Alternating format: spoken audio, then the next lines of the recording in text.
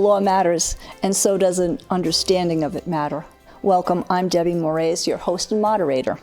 For years, this program has been dedicated to making legal topics and information accessible to you, offering clear insights, real-life examples, and practical advice to help you navigate the complexities of the law. A solid understanding of the law empowers you to protect yourself, your family, and your business, as we've often said, and we, of course, now want to say, hopefully with a little more confidence. Through these discussions, you may find that you can handle some issues yourself, perhaps even pro se, although that means representing yourself in court, although we don't usually consider that that's advisable. Whenever you do decide to seek outside professional counsel, you'll be better prepared, and so will the legal experts who you enlist. Our goal is to help you save time, money, and achieve the best possible results. We want to welcome and thank Attorney David Bazar, who continues to weigh in on the topics that we handle in each session. And today, although we've covered it before, wills and a focus on estate planning. As of January 2025, the reports are that 56% of Americans believe that estate planning is important, but only 33% of the adults in the U.S. have documented any end-of-life plans. So if you are doing this, whether it's wills or estate planning, it's a concern. We've spoken about it in the past, and whatever your reason for not doing it, you feel it's unpleasant, you don't think you have enough reason or assets to do an estate plan, you're not sure of what you're going to do, it's too much bother, we're going to tackle it because often it's even more difficult if you haven't made some plans. So let's start off with the basics of a will and estate, what the difference of those two instruments are, and how you use them. Okay, so first of all, putting it off isn't the right answer because doing it is a gift to your family. And what you're doing is you're creating a plan that hopefully creates family harmony and gets things done the way you want them to do it. So what is a will, what is an estate? It really boils down to this. When you go to do an estate plan, you're really planning for two things. One is for what happens when you die. That's what most people think about. But the other is what happens when you live, but you become disabled. So a complete estate plan will address both of those issues. So to answer your question, a will is generally the document that is used when you die, so it only becomes really useful or effective upon death, when you have assets that are in just your name, and then you need to go to probate court to open up an estate to probate the will and pass the assets that are in just your name to those people that you want it in the way you want it to go to them. So I have to take one issue, the first thing that you said about it causes harmony. I've heard so many people say, I don't want any part of this. I don't even want to begin thinking about it because it is the basis of family squabbles and disputes, and it starts before I die, never mind after I'm gone. I'm going to be just hassled by it. So it's interesting to hear you say that, and I assume that it has a lot to do with, or the response has a lot to do with how you handle that process in the first place. The second thing I wanted to ask you about with what you said, with a will being just the thing that you use when someone dies, do people come in and think about, I'm only needed a will and just take care of this right now? And does it sometimes then lead to, well, actually you might want to have an estate plan because where do you want this to go and what happens when you can't handle this economically or for your children or whatever? How does that play out? Okay, so two questions. Harmony. So the first question about how does this promote family harmony is because we encourage our clients when they come in to discuss with us what it is they want to accomplish and how they want to accomplish it. So my first question usually is, what are your goals? Why are you here? What can I help you with? What are your concerns? And as we drill down on those things, that will help me understand, first and foremost, who are the people that are involved in the plan? Because we often say that there's two things that go into a plan, people and property. And the property never messes up a plan, but the people can. So I really want to know who the people are that are going to be involved. Are there children? Is there a spouse? Is there a second spouse? Is there relatives that I need to know about, or friends? Who's going to help? Who's going to hurt? And what is it, as I said, that you want to accomplish?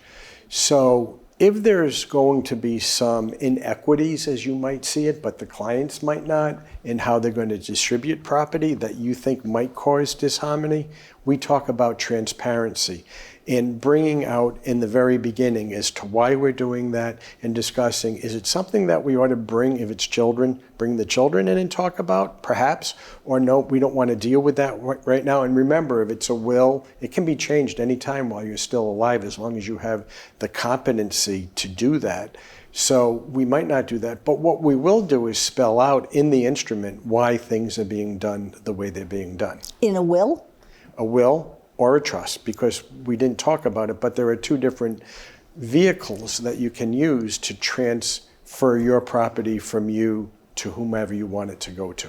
Do you want to address that now, how that happens? Well, a trust is a document that's created while you're alive, so a revocable living trust, if it's revocable, where you transfer property into the trust so that it does not go through probate and accomplishes your goals both while you're alive and then when you die.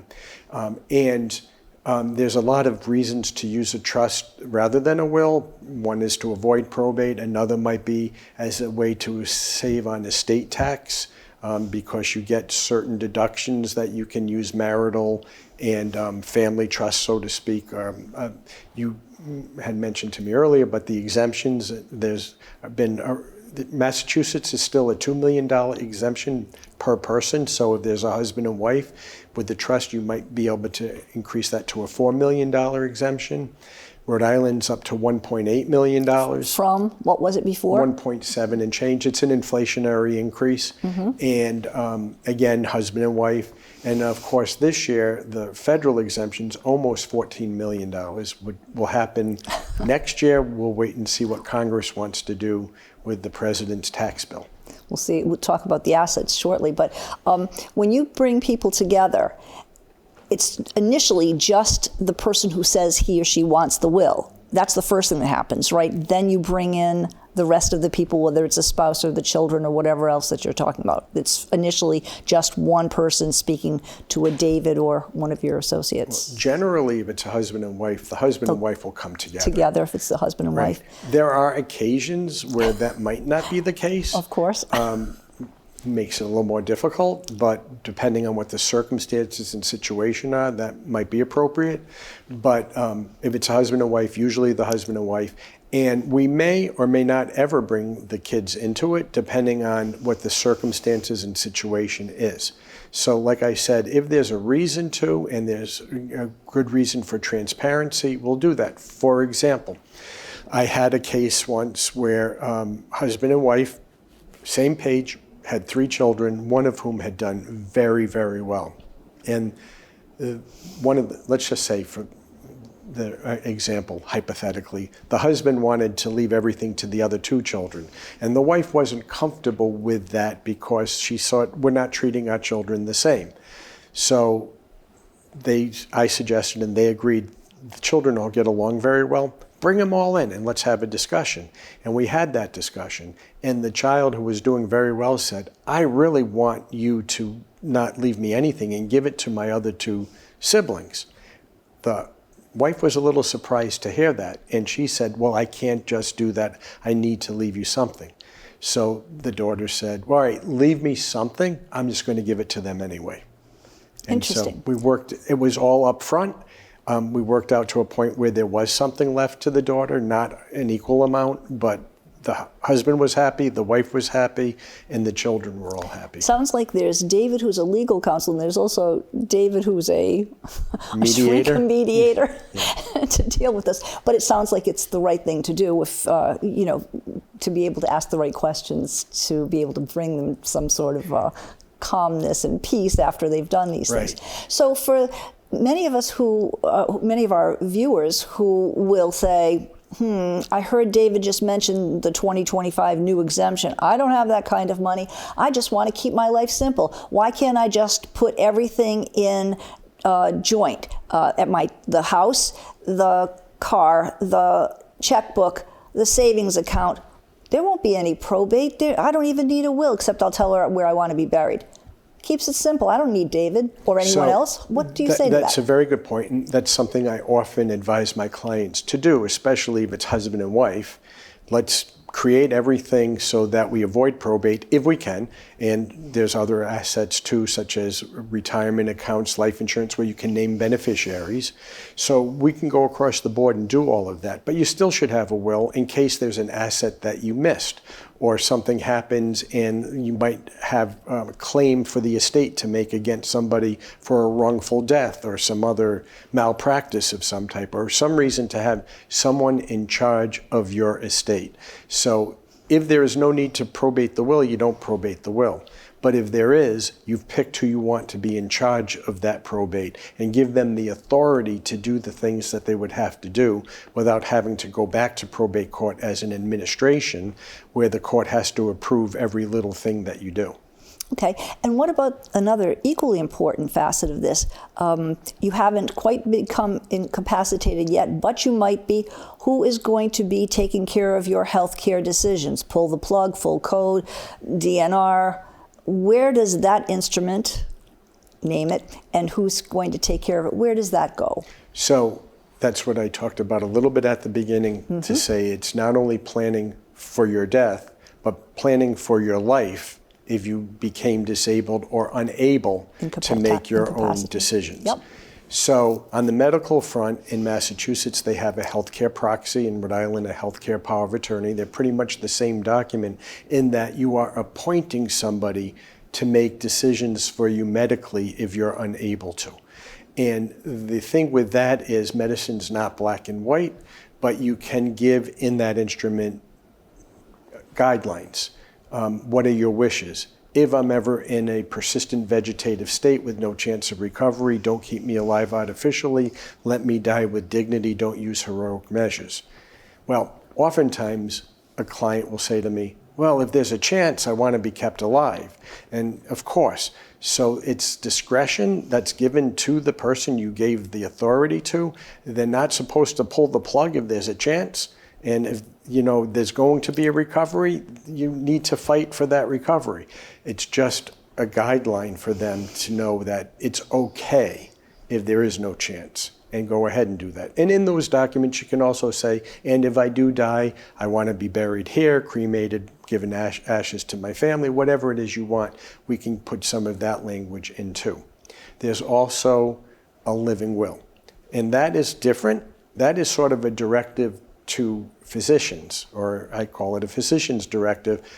In Rhode Island, I often do it with give the treating or attending physician and an independent physician, if they both agree, do not resuscitate me if there's no chance of recovery. Massachusetts, it's the same, and we actually put in some other things in there to consider.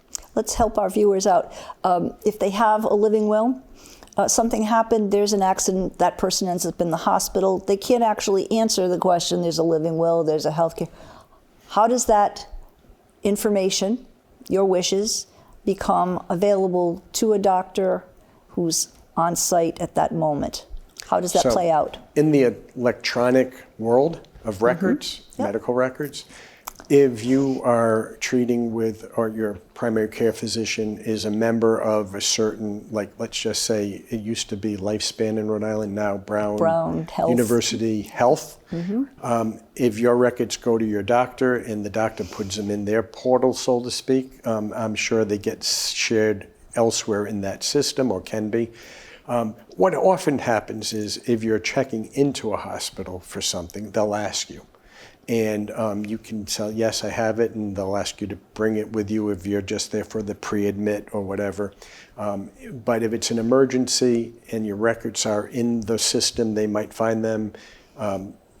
If not, hopefully your healthcare proxy or power of attorney will know and have them and bring them and do whatever needs to be done. It's interesting because I had a couple of people ask me about that. They understood that if they understood the value of having it, but who gets it and how does it get translated? And of course, the wonders of digital, as you're pointing out, is the way that that circle gets completed for people. So it certainly speaks to it's worthwhile to have that done, and you will take care of that when they come in, whether they're saying, I want a will or I want an estate, we're doing both or whatever. So you take care of that right up front. And part of what we do is doing an estate plan for people is we'll ask, do you want us to send your medical documents to your primary care physician? And we'll mail them for them if they want us to.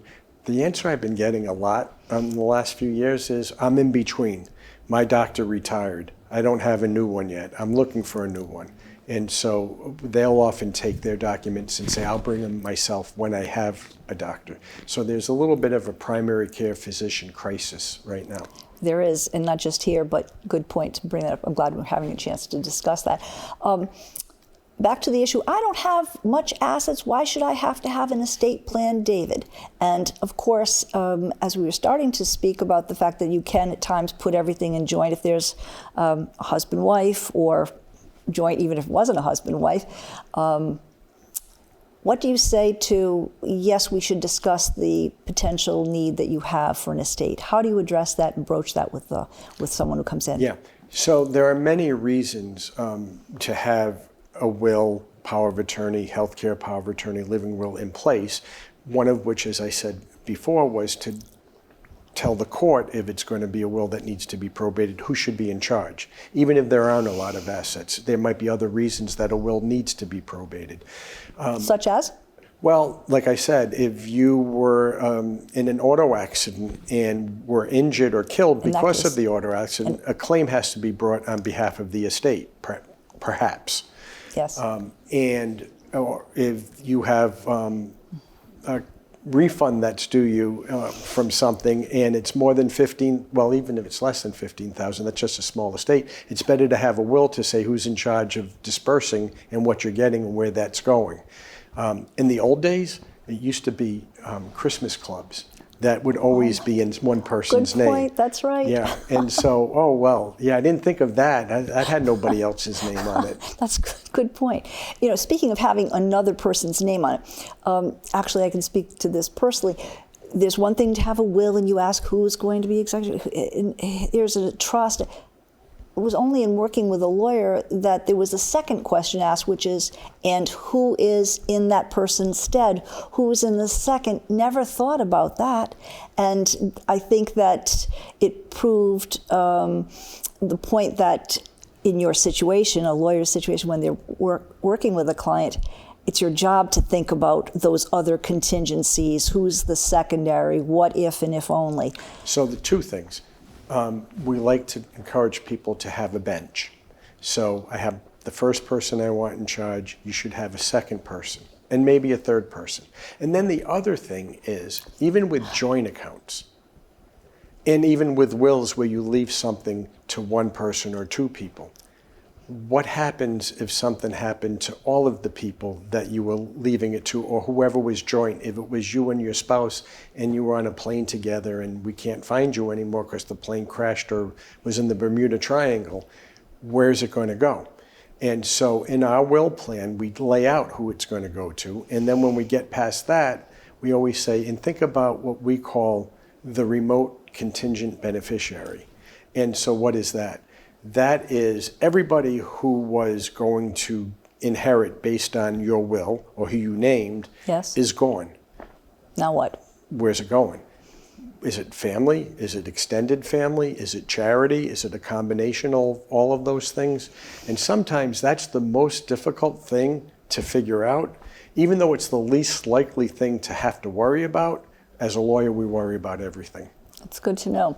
So I've heard people say things change, so you need to update them. What does that mean realistically? It's not. I understand it's not one and done. Things change, situations change.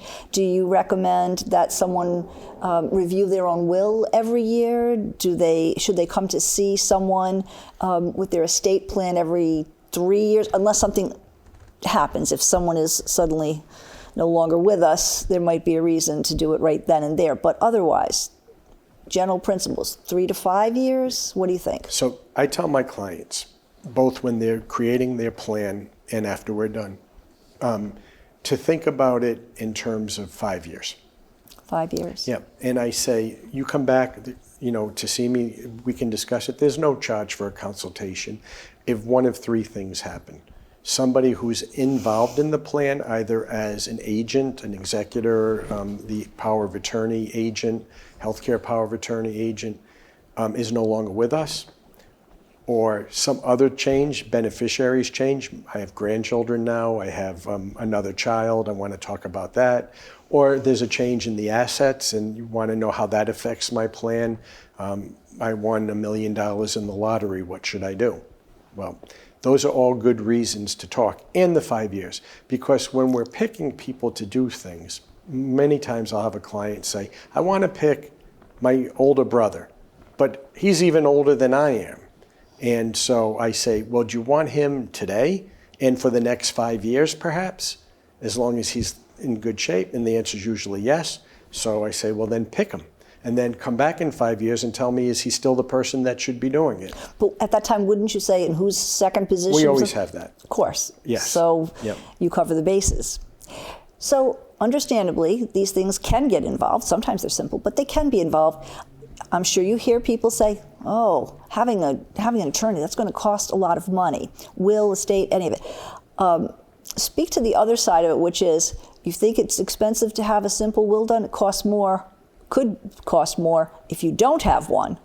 Yeah. Do you want to address that? You can call that, what was it, pay me now or pay me later. Yeah. Or more later. Right, exactly. So, for example, if there is a lot of wealth and you don't want to pay the cost of doing a trust, you may pay considerably more money in estate tax by not having a properly planned estate. So that's a pay me now or pay me later. If it's not a lot of wealth, but there's some, and you're concerned about spending the money to do a will plan, and now it's got to go through probate, and you have all the expenses of probate and perhaps challenges and all sorts of other things, you've got that expense. So it's pay me now or pay me later. I can imagine when they talk about squabbles, that could cause much more trouble when people are even more emotional when you've added that facet into it. Difficult. Okay, so when we talk about, you mentioned at the beginning of the segment something about the tax situation and asset protection. You're a lawyer, you're not an accountant.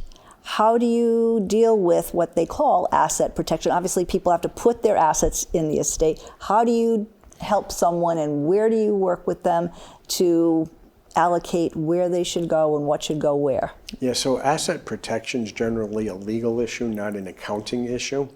What about the tax side of it?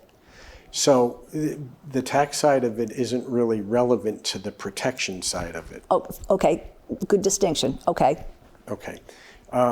But there are tax implications that as a lawyer I have to know and then perhaps tell you, well, you want to talk to your accountant about that. But for example, in Rhode Island, if you want to protect your home, if we still have Medicaid, from having a nursing home say sell your house, spend your money, and then apply for Medicaid. If you create a Medicaid asset protection trust, which is also an irrevocable trust, and you put your asset into that trust, the house, 5 years before you need help, that's protected. From an accounting perspective, it's your house. It's not producing income. So I don't think there is any taxable issue from an income tax perspective. Good example. From an estate tax perspective in Rhode Island, it can still be a grantor trust, which means that it's your trust. It uses your Social Security number. When you die, there's still a step up in basis because we're saying it's includable in your estate when you die. So we also get protection against capital gains when you die and it's sold. And you also have it included in your estate, which you may want to do if you're below that threshold anyway, and you should be below the threshold of the Rhode Island 1.8 million now. Otherwise, why are you creating a protective trust and giving up control of your asset? Makes sense. When you're talking about assets,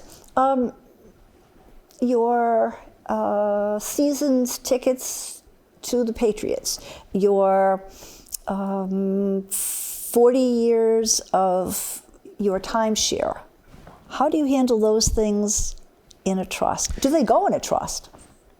They can sometimes, some of those things. I'm not sure about the season tickets to the Patriots.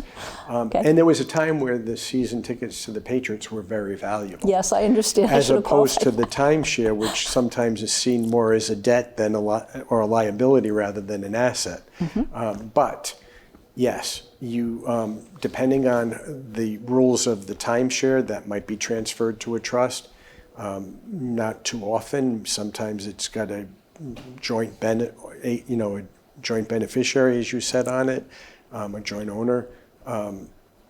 Or we often say, do any of your children want this? Give it to them now. Makes sense. Makes sense. So at the beginning of the segment, we were talking, people say that it's important, they just don't do it. People don't plan to fail, they fail to plan.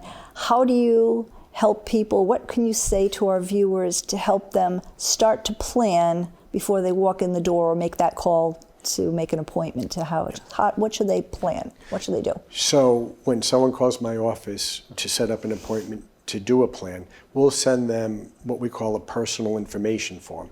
And it will list out who are, all their personal information, if they have children, their children, who are their advisors, and then what are their assets. And it makes you sit down and really think about, what do I have? And so it'll break it down to bank accounts, retirement accounts, investment accounts, ranch and oil wells, farms. No one really fills those out too often anymore. I've had a few. And all the other types of assets that you might have. Okay, so to that I might say, well, we're here to share information with our viewers. Seems like that might be a document someone could look at and find online to get started, even though you're going to have to put them, or a lawyer will put them through their paces to say, well, how about this and what about the other options? Is that something that someone could easily get quickly online just to start that thinking process? You could create your own spreadsheet. You could create your own. Yeah. So what do you suggest first someone do? Start doing that? Do they have to put all the specifics down, or do they just have to say, I've got 4 bank accounts? Yeah, so I recommend putting down all the specifics for 2 reasons. Number one, it makes you think about them and make sure you have them. And oftentimes, if it's a trust plan, we'll want you to actually get statements for every asset you put down too. Creating a trust and doing it correctly and funding it correctly is a lot of work. How much time does it take to do that, start to finish, to put a trust in usually? Well, time in terms of from seeing the lawyer the first time and having it finished, or time in creating it for you as the person involved, because it takes you time too. Yeah, so if they've got all of their ducks in a row, could it take 3 months? Yeah. Reasonable? That's reasonable. That's reasonable. It's a good one. Of the quick questions, we have only a second. Digital assets, should they put in a flash drive of all of their passwords? Yeah, that's not a bad idea as long as you keep it safe. That's one of the newest and latest. Yeah. Well, we thank you for tuning into this discussion about wills and estate plans. We hope you'll continue to tune into the Law Matters. As we say, it matters to you. Thanks for tuning in.